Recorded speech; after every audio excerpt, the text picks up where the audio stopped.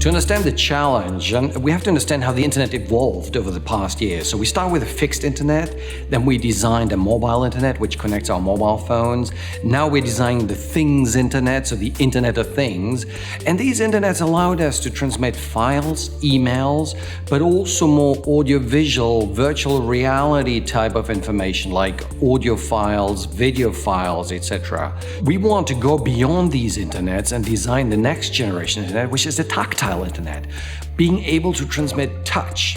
So this challenge is really about coming up with solutions, viable solutions and technologies which allow us to do that. So we've worked a lot on the tactile ends, but we haven't worked so much on the internet end. So we would love to have solutions which allow us to essentially encode and decode tactile information and literally build an end-to-end solution which allows, let's say, a King's College surgeon to perform surgery somewhere else, or me as a pianist to play the piano and then teach a child somewhere else how to do that. So what King's can offer is the skill set in telecommunications, which is all what we understand in my center.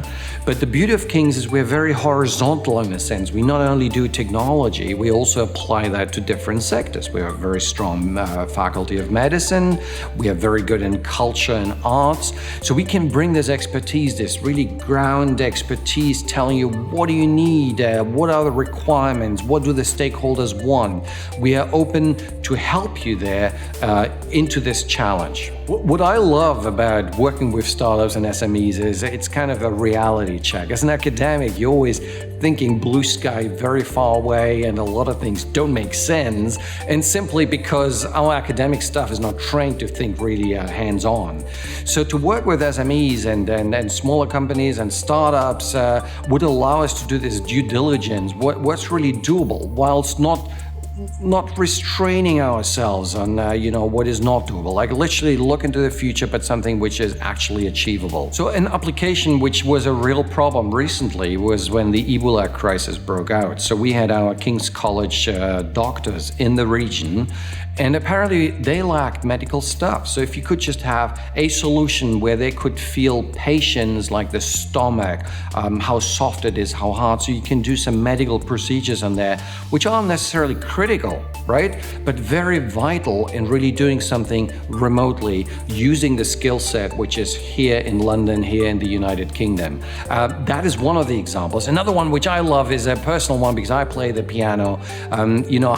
Is there a way I could teach a child, let's say in Gaza or in South America, how to play the piano? Could we come up with something which would be really a tactile solution allowing me to do that? So these are the type of scenarios we're looking for. I think it's really important that any applicant talks to us, communicates with the stakeholders. I'm happy to make introduction.